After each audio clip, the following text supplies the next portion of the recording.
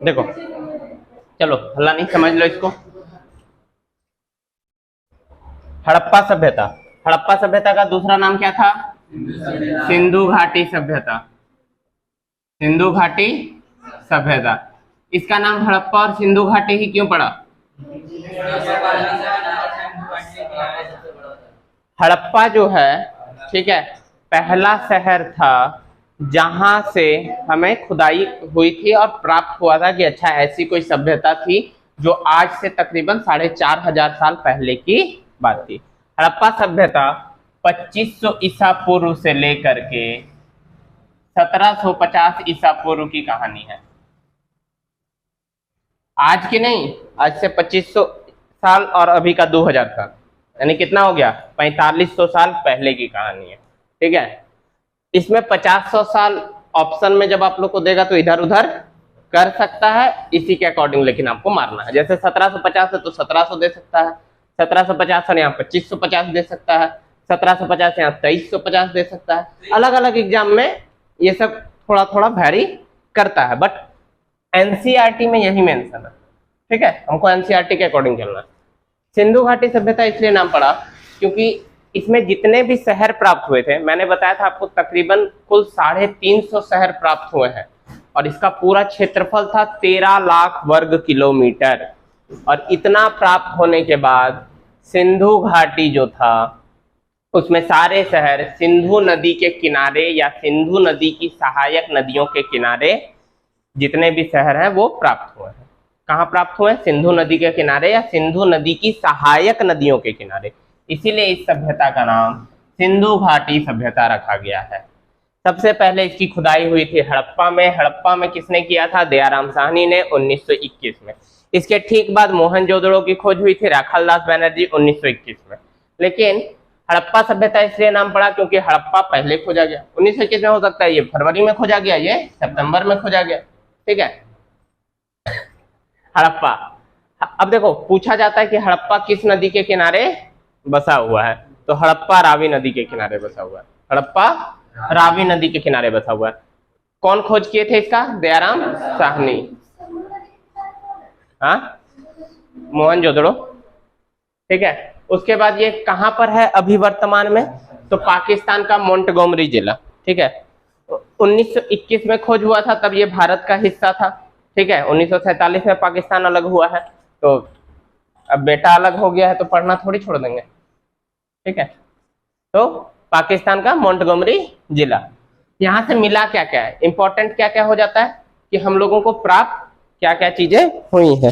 तो जैसे कि सबसे पहला मिला है कुम्हार की चाक। कुम्हार की चाक यानी जो कुम्हार लोग चुक्का ढक्कन घड़ा वड़ा जो भी बनाता है, ठीक है, चुकनी वगैरह पैसा वैसा डालने के लिए, वही कुम्हार की चाक मिली है। यानी हम लोगों ने समझा कि मिट्टी का काम उस समय होता था। कब? आज से 4,500 साल पहले। दूसरा है RK-37 कब्र मिला है। ठीक है, एक कब्र है यानी पूरा कब्रिस्तान है, और कब्रिस्तानवा में कब्रवा के ऊपर लिख दिया है RK-37। ठीक है, हम लोगों ने उनकी भाषा आज तक पढ़ नहीं पाए हैं। हड़प्पा सभ्यता की जो भाषा लिखी गई है हम लोग आज तक उसको पढ़ नहीं पाए हैं, लेकिन ये वाला में 90 में RK-37 बस इसी तरह छाप दिया है। ठीक है, जो भी हो, अब तो हम लोग तो पुरातत्वविद है नहीं, ठीक है, जो बोल सकते हैं हम लोग को बस पढ़ना है। पूछेगा RK-37 कब्र किस शहर से प्राप्त हुआ है। ठीक है, तो हड़प्पा सभ्यता नहीं, हड़प्पा शहर। ठीक है, उसके बाद अन्नागार मिला है। अन्नागार का मतलब होता है जहाँ अन्न आप रखते हैं। अन्न का अर्थ होता है खाने वाला पदार्थ। ठीक है, गेहूं जौ। बताए थे कि सिंधु सभ्यता का फेमस जो खाद्य था वो 2 चीजें थी, गेहूं और जौ। ठीक है, इसके बाद श्रमिक आवास मिला है। श्रमिक आवास मतलब कि जब मजदूर सब आते हैं काम करने के लिए तो रात को ठहरने के लिए जगह चाहिए भाई, तो ऐसा एक शेल्टर मिला है, शेल्टर होम। 5वां है लकड़ी की ओखली। लकड़ी की ओखली आप लोग जानते हैं, लोहा का आता है तो हम लोग ममजस्ता भी कहते हैं नॉर्मल भाषा में, लेकिन यहाँ लकड़ी की ओखली मिली है। तो ये आपको याद रखनी है चीजें। हड़प्पा हो गया, उसके बाद बात करते हैं मोहनजोदड़ो। हाँ, हाथी का कपाल कल लिखवाए थे ना, हाथी का कपाल भी मिला है यहाँ से। ठीक है, और स्वास्तिक चिन्ह भी यहीं का देना है। गलत हो गया ना, 4-5 बार बनाते हैं ना तो एक बार हम गलती करिए देते हैं। ठीक है, तो स्वास्तिक चिन्ह भी हम लोग को यहीं से प्राप्त हुआ है। ठीक है, यानी इससे हम लोग को समझ में आया कि आज से 4500 साल पहले भी स्वास्तिक चिन्ह था। ठीक है, अच्छा, स्वास्तिक चिन्ह जर्मनी का नाजी हिटलर भी यूज करता था, बट वो ओरिजिनल स्वास्तिक नहीं है, वो कॉपी पेस्ट वाला काम है, डुप्लीकेट वाला है। सनातन धर्म का स्वास्तिक, ये वाला स्वास्तिक दोनों सेम है, बट उसका वाला स्वास्तिक वो उसका भी इसी टाइप का रहता था। बट देखो स्वास्तिक हर धर्म, देखो स्वास्तिक क्या है पहले ये समझो। स्वास्तिक एक चिन्ह है जिसको शुभ माना जाता है, जिसको शुभ माना जाता है।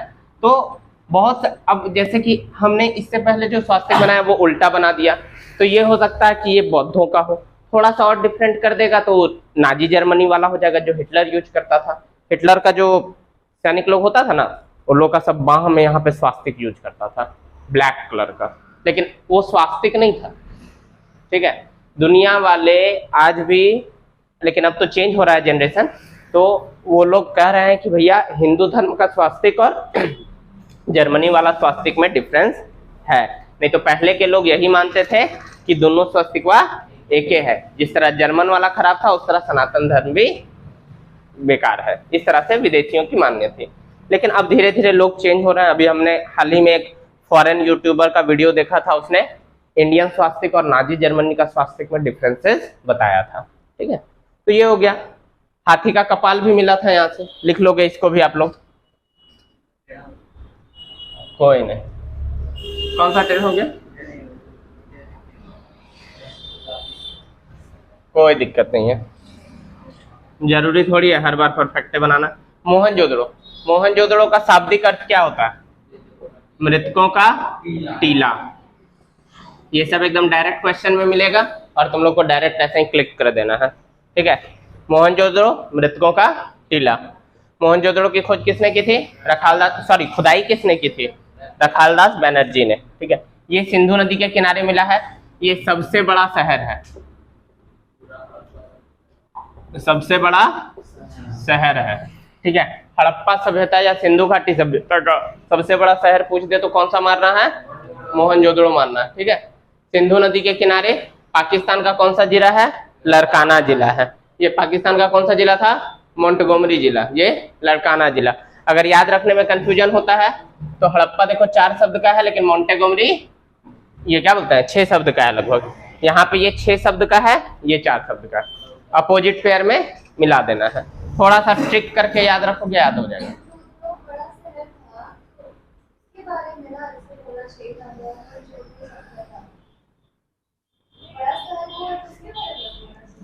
तुम्हारे दादाजी का 4 बेटा मान लो, ठीक है, तुम्हारे दादाजी का 4 बेटा, घर वाला बड़ा बेटा के नाम से सबका आसपास का पहुंच होगा कि छोटका बेटा एकदम हट्टा कट्टा ताकतवर निकल गया तो उसके नाम से सब कोई जाना जाएगा? जो अच्छा, घर में देखना बड़ा बेटा लोग का नाम बहुत अच्छा रखता है, पहले भी समझा चुके हैं। ठीक है, छोटा बेटा वाला का नाम ऐसा रखेगा जैसे कि चाह के नहीं किया था। ठीक है, बड़ा बेटा का किसी का भी नाम देखना बहुत अच्छा रखेगा, या बड़ी बेटी का नाम बहुत सुंदर रखेगा। छोटकी का ऐसा रखेगा जैसे तुम लोग खुद भी एग्जाम्पल या खुद में भी देख सकते हो, हर घर का कहानी है। क्योंकि जब बड़ा वाला आता है ना, अरे मेरा चिराग आ गया, अरे मेरा घर का रोशन हो गया, इसका एकदम बढ़िया से ख्याल रखना। ठीक है, तो सब जगह होता है, ऐसा नहीं है। अब देखो यहाँ से मिला क्या क्या था मोहनजोदड़ो से? पहला मिला था पुरोहित आवास। क्या मिला था? पुरोहित आवास। याद रखने का तरीका क्या है? देखो पुरोहित आवास में कौन मिलेंगे? पुरोहित मिलेंगे। पुरोहित क्या करेंगे? पूजा करेंगे मंदिर में। ठीक है, अब सुबह उठे, सुबह उठ के कुआं में गए, मुंह हाथ धोए, कुआं के बाद स्नानागार गए। स्नानागार पूरे सिंधु सभ्यता की, स्नानागार सिंधु सभ्यता की सबसे बड़ी इमारत थी। बताओ, नहाने के लिए बड़कांगो स्विमिंग पूल बना के रखा था। हाँ, ठीक है, स्विमिंग पूल का खासियत क्या होता है कि उसका पानी कंप्लीट चेंज हो सकता है। ठीक है, लेकिन यहाँ पर यहाँ वाला भी स्नानागार जो है उसका भी पानी कंप्लीटली चेंज किया जाता था बरसात के ठीक पहले। ऐसा सिस्टम उस टाइम पे डेवलप था, ठीक है। और ये सबसे बड़ी इमारत थी सिंधु सभ्यता की, तो इसको भी लिख लोगे स्नानागार में, सिंधु सभ्यता की सबसे बड़ी इमारत। कंफ्यूज करेगा तुमको अन्नागार और स्नानागार में।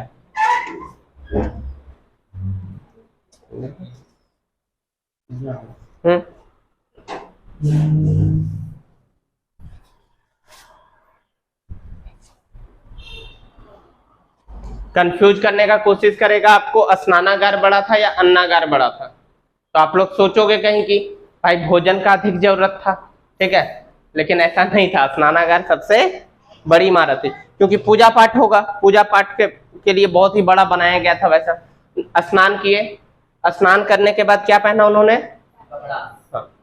सूती वस्त्र पहने। स्नान करने के बाद क्या पहना उन्होंने? सूती वस्त्र। इससे हम लोग को पता चलता है कि सिंधु सभ्यता में सूती वस्त्रों का प्रचलन था। उसके बाद कौन रास्ता से गए? सबसे चौड़ी सड़क। सबसे चौड़ी सड़क लिखवाने का माध्यम क्या है? सड़क तो हर जगह मिला था, पूरी सिंधु सभ्यता में सड़क मिली थी, और सभी सड़क समकोण पर बनी हुई थी। क्या परफेक्ट डिजाइन का एग्जाम्पल था, देखो, यानी हर सड़क अपने आप से समकोण बनी हुई थी, ठीक है।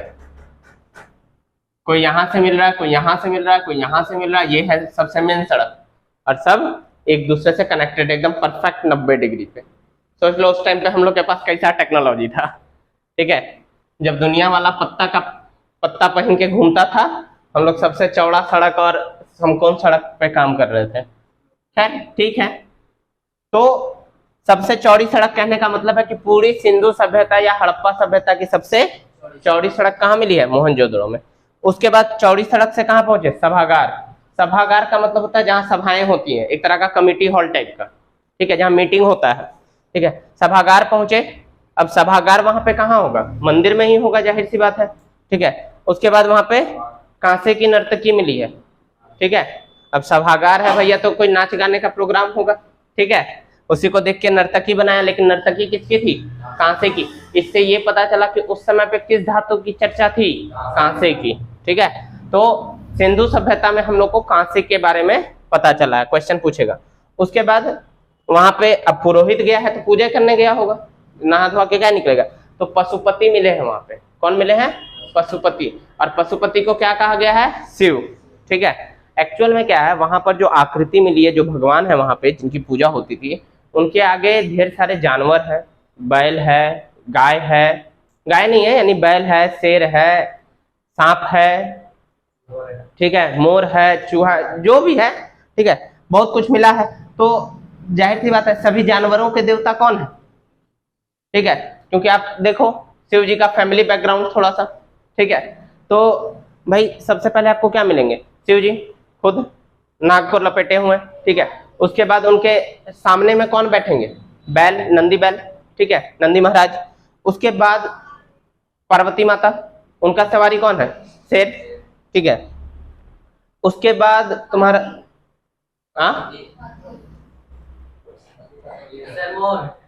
ठीक है, कार्तिकेय भगवान। कार्तिकेय भगवान का क्या है? मोर है। अच्छा बताओ तो देवताओं के सेनापति कौन है? कार्तिकेय। देवताओं के सेनापति कौन है? कार्तिकेय, ठीक है। उसके बाद गणेश जी। गणेश जी का सवारी कौन? चूहा। चूहा को कौन खाएगा? सांप खाएगा। शेर किसको खाएगा? बैल को। और मोर किसको खाएगा? सांप को। पांचों कट्टर दुश्मन, लेकिन भगवान के आगे सब एक साथ रहते हैं। तो ये उसके बाद तांबे का ढेर मिला हम लोग को। क्या मिला? तांबे का ढेर। और हमने बताया था कि हड़प्पा सभ्यता से पहले एक काल था जिसका नाम था ताम्रपाषाण काल, और ताम्रपाषाण काल में तांबे की खोज हो चुकी थी ऑलरेडी। तो जब हो गई थी तांबे की खोज, तो यहाँ पे जाहिर सी बात है कितनों तांबा मिले, क्या फर्क पड़ता है, ठीक है। लेकिन कहाँ से मिला था तांबे का ढेर? मोहनजोदड़ो से, ठीक है। छप गया ये वाला, फिर आगे चर्चा करता है।